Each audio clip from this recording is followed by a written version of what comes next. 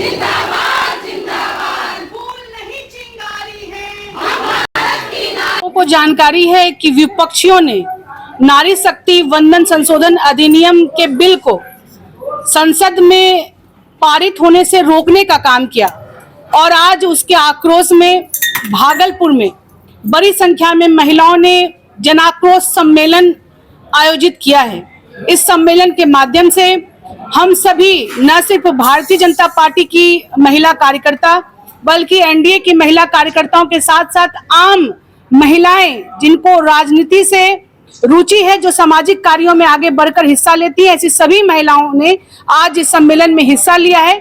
और हम सब लोगों का एक ही कहना है कि महिला आरक्षण का विरोधी राहुल जी के नेतृत्व में पूरी की पूरी विपक्ष है, चाहे वो कांग्रेस हो, आरजेडी हो, सपा हो, डीएमके हो, तृणमूल कांग्रेस हो, सबने मिलकर महिलाओं के आरक्षण के मार्ग को रोकने का काम किया। नरेंद्र मोदी जी के नेतृत्व में लगातार हमारी सरकार ने 2023 में इस बिल को सिर्फ पारित ही नहीं किया बल्कि उस आधार पर 2029 में हम लोग को 33% महिला आरक्षण का लाभ मिले, इसके लिए संशोधन बिल भी लाने का काम आदरणीय मोदी जी ने किया। लेकिन विपक्षी जो महिलाओं के नाम पर घड़ियाली आंसू बहाते हैं, जो महिला सम्मान की सिर्फ बात करते हैं, लेकिन जब हमको हमारी भागीदारी और हिस्सेदारी देने की बात आई तो उन सब ने इस बिल का विरोध किया। तो हम सब लोग आगे से आने वाले समय में जब तक हमें हमारा अधिकार नहीं मिलता तब तक विपक्षियों को भी हम चैन से बैठने नहीं देंगे और हमारा यह आक्रोश जारी रहेगा।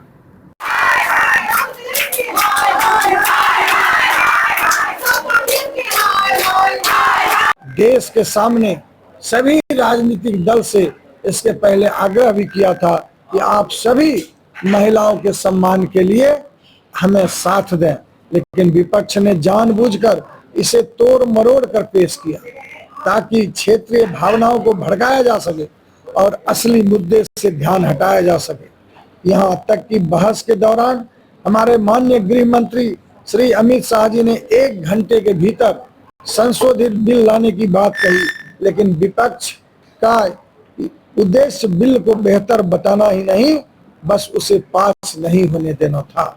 असल में विपक्ष को डर इस बात का है कि अगर यह बिल लागू हो गया तो गांव से गरीब परिवारों से मध्यम वर्ग से महिलाएं सीधे संसद में पहुंचेगी और इनकी परिवारवादी राजनीति जो केवल और केवल अपने बहन बेटी अपनी मां को पहुंचाने में सफल हुए, चाहे वो राजद हो चाहे वो कांग्रेस हो, ये अपने परिवार की महिलाओं को आगे बढ़ाने के लिए ही चाहते हैं और यही कदम वो आगे करते रहते हैं। लेकिन देश की आम महिला को अवसर देने के विरुद्ध है। इनका पूरा मॉडल इसी बात पर टिका है कि सत्ता कुछ परिवारों तक सीमित रहे, लेकिन भारतीय जनता पार्टी एनडीए की सरकार चाहती है कि महिलाओं का सम्मान बढ़े। हमारे प्रधानमंत्री जी ने सभी सांसदों से बार बार विनम्र आग्रह किया कि अपनी अंतरात्मा पर विचार करें, सोचें, समझें, लेकिन अपने परिवार की महिलाओं को याद करें कि हमारी महिलाएं, हमारी घर की, हमारी गरीब महिलाएं संसद में पहुंचेंगी और अपने क्षेत्र की समस्याओं को ज्यादा से ज्यादा रख सकेंगी।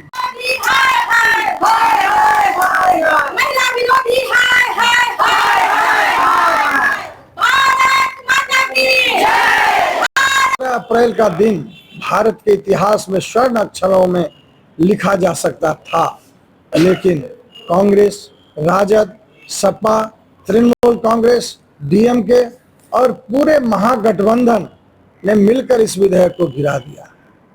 यह कोई संयोग नहीं था, यह एक सुनियोजित षड्यंत्र था। देश की आधी आबादी के सपनों को कुचलने का षड्यंत्र। बिल गिरते ही जिस तरह कांग्रेस सहित महागठबंधन दलों के सदस्यों ने संसद में जश्न मनाया, वह दृश्य पूरे देश ने देखा।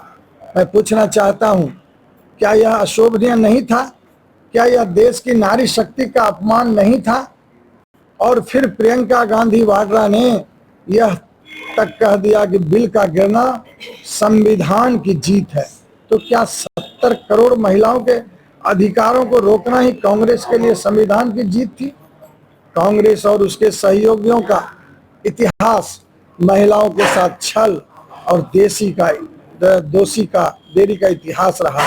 60 वर्षों तक सत्ता में रहने के बावजूद उन्होंने महिलाओं को केवल वोट बैंक की तरह उपयोग किया। साहबानो केस में मुस्लिम महिलाओं के अधिकारों से समझौता किया। ट्रिपल तलाक जैसे मुद्दों पर महिलाओं के हितों के विरुद्ध खड़े रहे। 2010 में जब महिला आरक्षण बिल लाया गया तब इन्हीं लोगों ने यही बहाना बनाए वहीं रोड़ा अटकाए और आज 2026 में वही स्क्रिप्ट दोहराई जा रही है। इनका पूरा रिकॉर्ड बताता है कि महिलाओं के अधिकार इनके लिए सिर्फ भाषण का विषय है, नीति का नहीं। बंधु को भागलपुर से हृदय से आभार व्यक्त करते हैं कि आज जो महिला नारी शक्ति वंदन अधिनियम को जो लाया गया था और उसको कैसे इंडी गठबंधन ने पारित नहीं होने दिया, उस विषय को लेकर आप सभी आज यहाँ आए हैं। आप सभी जानते हैं कि हमारा देश नारी शक्ति प्रधान है। हम लोग माँ काली की पूजा करते हैं, हम लोग माँ दुर्गा की पूजा करते हैं, यानी नारी का ही शक्ति जो है, अगर नारी न रहे तो हम लोग का परिकल्पना ही बेकार है। लेकिन किस तरह हमारे यशस्वी प्रधानमंत्री नरेंद्र मोदी जो ये अधिनियम लाया था, उसको कैसे सभी विरोधियों ने मिलकर इसे गिराया। भारतीय जनता पार्टी के यशस्वी प्रधानमंत्री नरेंद्र मोदी जी जब 2014 में प्रधानमंत्री बने तभी से नारियों के लिए, महिलाओं के लिए, मातृशक्ति के लिए काम करना शुरू किया। उसके पहले देश आजाद हुआ, करीब 65 साल कांग्रेस का शासन रहा और कांग्रेस ने आज तक मातृशक्ति के लिए कोई काम नहीं किया। आज मैं आप सबके सामने एक ऐसे विषय पर बात कर रहा हूं जो देश की 70 करोड़ माताओं, बहनों और बेटियों से सीधे जुड़ा है। यह विषय नारी शक्ति वंदन अधिनियम और संसद में जो हुआ उसका सच आज आपको बताने आया हूं। माननीय प्रधानमंत्री नरेंद्र मोदी जी के नेतृत्व में एनडीए सरकार ने महिला सशक्तिकरण को सिर्फ भाषण का विषय नहीं बनाया बल्कि उसे जमीन पर उतारा। 2023 में नारी शक्ति वंदन अधिनियम पारित करके एक ऐतिहासिक कदम उठाया गया और लोकसभा में 33% आरक्षण के सपने को कानूनी अमली जामा पहनाया गया। लेकिन मोदी जी यहीं नहीं रुके। 16 अप्रैल 2026 को सरकार ने 3 विधेयक संसद में पेश किए। संविधान संशोधन विधेयक, परिसीमन विधेयक और केंद्र शासित प्रदेश विधेयक, ताकि 2029 के आम चुनाव में ही देश की महिलाओं को यह अधिकार मिल सके। जनगणना और परिसीमन की शर्त को हटाकर मोदी जी ने सुनिश्चित करना चाहा कि देश की महिलाओं को एक भी चुनाव का और इंतजार न करना पड़े। ये मोदी जी की परिकल्पना थी।